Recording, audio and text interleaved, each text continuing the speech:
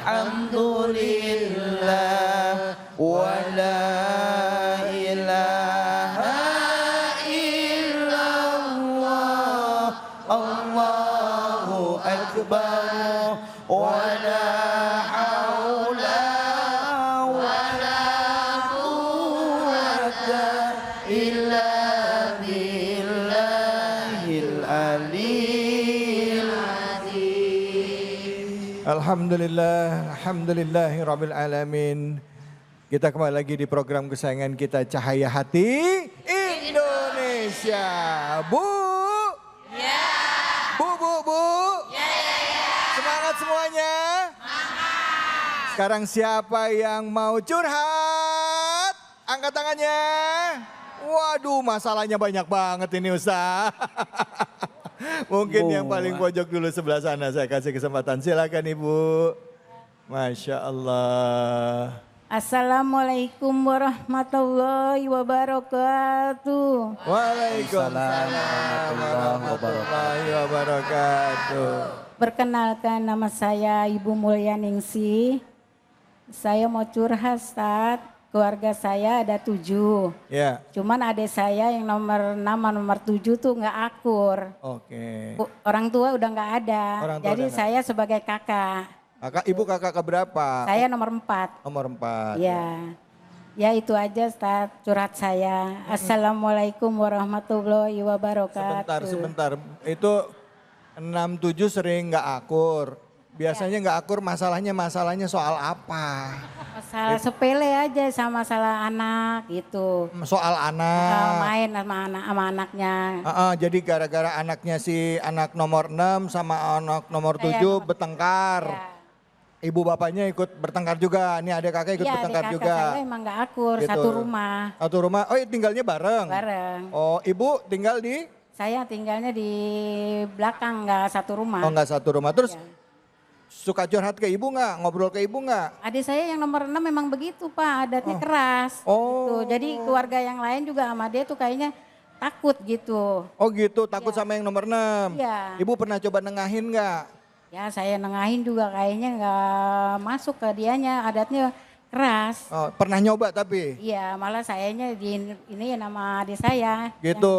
Kakak yang lain pernah coba ngomongin juga? Sama, kayak gitu juga Pak. Sama? Iya. Oh gitu. Jadi yang ada nomor 6 inilah yang sering jadi masalah. Iya. Gitu. Oh gitu. Jadi pertanyaannya adalah curhatannya gimana nih buat ngadepin adik-adik yang Iya. suka bertengkar. Iya. Terutama yang nomor 6. Iya. Gitu. Ya Bu ya? Iya. Bu. Ya, Bu. Ustaz. Yang 6 laki-laki perempuan? Laki. Laki. Adik saya nomor 7 juga laki. Laki juga? Iya. Oh gitu, ya udah. Kalau gitu kayaknya kalau ngomongin masalah keluarga nih cocoknya Ustadz Abe nih kayaknya nih. Ustadz Abe silakan Ustadz Abe. Masya Allah. Curhatannya ibu nih tadi nih, silakan. Baik, Bu Ningsih sehat ya. Alhamdulillah, Baik, Ustaz. Bapak Ibu semuanya, tak ada orang tua yang pengen ngeliat anaknya berselisih, bener enggak? Dalam keadaan orang tua masih hidup, dia terus berusaha jadi orang tua yang baik. Dia terus berusaha pengen anaknya tercukupi.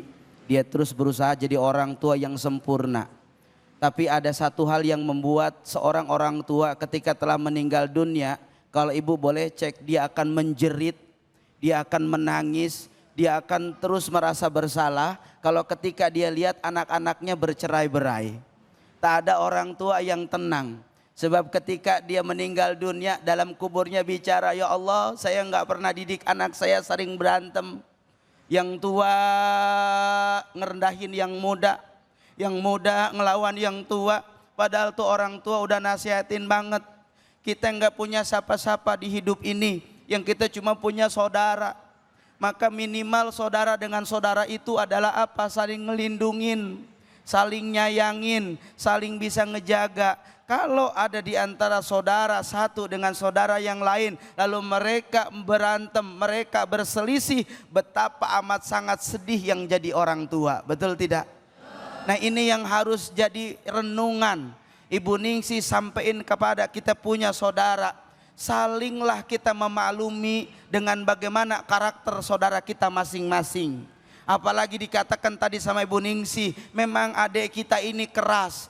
Kenyataan dalam hidup kita punya saudara kadang keras. Mengalah bukan berarti kalah.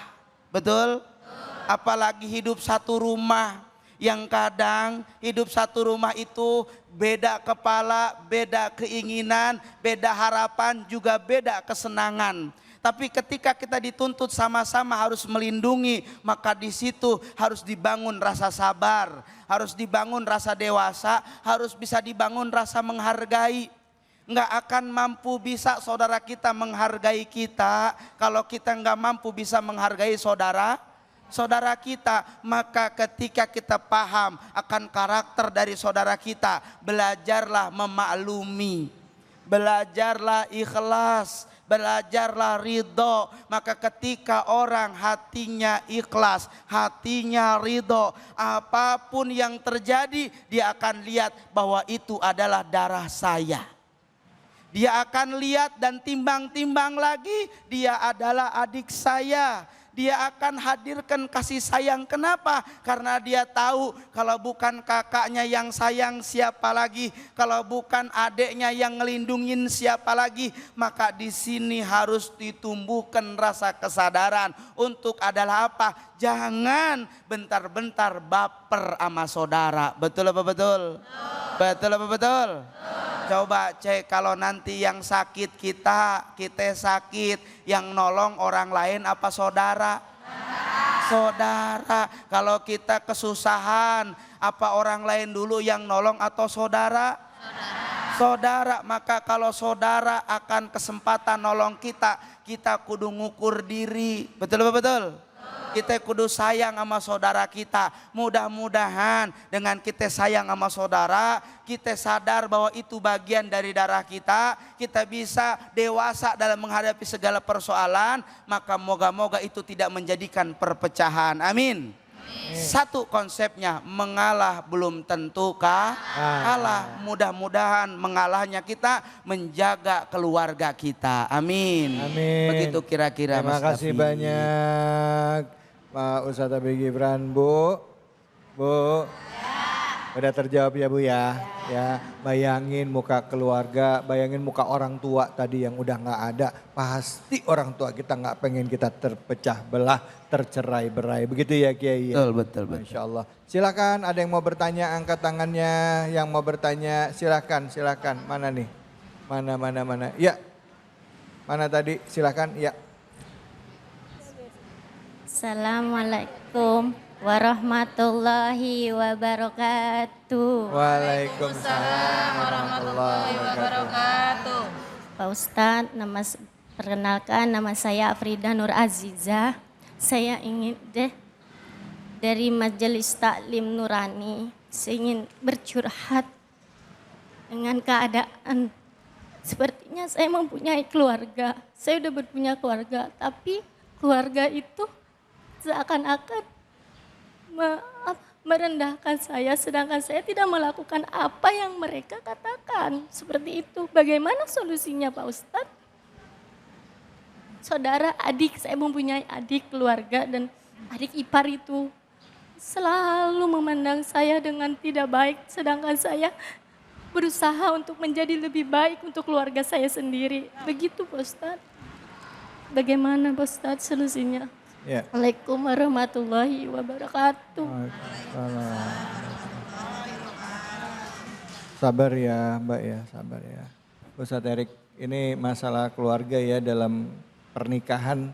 Ada adik ipar, ada kakak ipar ya, ini ngerasa pihak iparnya selalu ada perasaan seolah-olah adik iparnya merendahkan beliau. Mungkin juga dirasakan sama pemirsa yang ada di rumah, perasaan ini hampir sama. Kira-kira harus bersikap seperti apa jika mengalami seperti ini? Silakan Ustaz. Baik ya, Ibu tadi kita tentu prihatin ya terhadap permasalahan-permasalahan keluarga, apalagi ada di dalam keluarga kita yang kemudian satu dengan yang lainnya itu tidak akur, bahkan tadi ya selalu menyalahkan atau saling menyalahkan. Seringkali hal-hal seperti ini terjadi karena ada yang namanya iri, ya, iri hati, dengki atau hasut gitu ya. Yang kemudian ya itulah ada yang namanya allazi yuwaswisu fi sudurin nas minal jinnati. Nah, karenanya setiap dari kita ya harus terus melindungi diri kita tuh dari bisikan-bisikan ya yang tentunya yang namanya syaiton ini selalu ingin namimah, mengadu domba, selalu ingin menimbulkan konflik ya, bikin masalah selalu. Nah, jadi masing-masing ini harus pertama menjaga diri. Nah, yang kedua, kita itu diajari untuk apa? Untuk tabayun, untuk klarifikasi, untuk selalu menyatakan bahwa ketika kita salah, salahnya di mana? Takut kita ini nggak sadar. Makanya ada tradisi yang paling bagus ya, yang kalau kita lihat kenapa kita itu sebelum masuk bulan Ramadan maaf-maafan, setelah bulan Ramadan maaf-maafan, ya kan? Bahkan sedikit-sedikit kita minta maaf, jangan minta maafnya cuman sedikit-sedikit. Jadi banyak sekali saya punya teman yang kalau ketemu itu diawali dengan apa? Karena saya orang Sunda, ketemu temen dia selalu mengawali dengan aduh hampura, mohon maaf, selalu begitu, di depannya selalu begitu. Kebiasaan yang kemudian saya menjadi aduh ini orang selalu mengedepankan yang namanya maaf. Karena boleh jadi sadar atau tidak sadar dia itu kemudian membuat kita menjadi gak enak hatinya kan gitu. Nah kalau secara akhlak kita diawali dengan akhlak yang tadi, dengan selalu mawas diri, hati-hati, takut kemudian membuat saudara kita atau ipar tadi orang-orang itu tersakiti. Nah yang kedua adalah jika seandainya kita merasa bahwa ini orang kayaknya kok kesel sama kita, kita harus tabayun. Harus kemudian mengklarifikasi. Kakak atau adik, aduh mohon maaf ya kalau seandainya saya ini salah, mohon dimaafin, tolong ditegur. Saya mah orangnya kadang-kadang suka gitu tuh, suka nggak tahu adab, jadi harus ditegur gitu. Nah itu dibuka seperti itu. Dan kalau seandainya iya ada, nah disitulah kita muhasabah, kita memperbaiki diri. Untuk apa? Untuk ku anfusakum wa ahlikum naro tadi. Supaya apa? Supaya kita dengan keluarga itu menjauhkan diri kita dari perselisihan yang membawa ke api neraka, kan begitu? Ya, jadi intinya tadi beberapa langkah-langkahnya selain ke orang lain, ke kita dulu. Ke kita dulu, untuk apa? Untuk bisa menghidupkan maaf. Untuk bisa berani minta maaf dan juga berlapang hati untuk memberikan maaf. Kira-kira seperti itu ya, insya Allah. Masya Allah. Pak, ya maafin ya, maafin. Liatin orangnya apa yang dia lakuin setiap malam ada orang nyakitin kita. Liatin, bayangin orangnya apa yang dia, ya Allah aku maafin dia ya Allah. Ridho, aku ridho ya Allah, aku ridho ya Allah. Insya Allah hatinya lembut. Insya Allah kita juga lembut hatinya. Ya insya Allah. Baik, jangan kemana-mana, setelah ini kita akan lanjut lagi tetap di sini. Di Cahaya Hati Indonesia.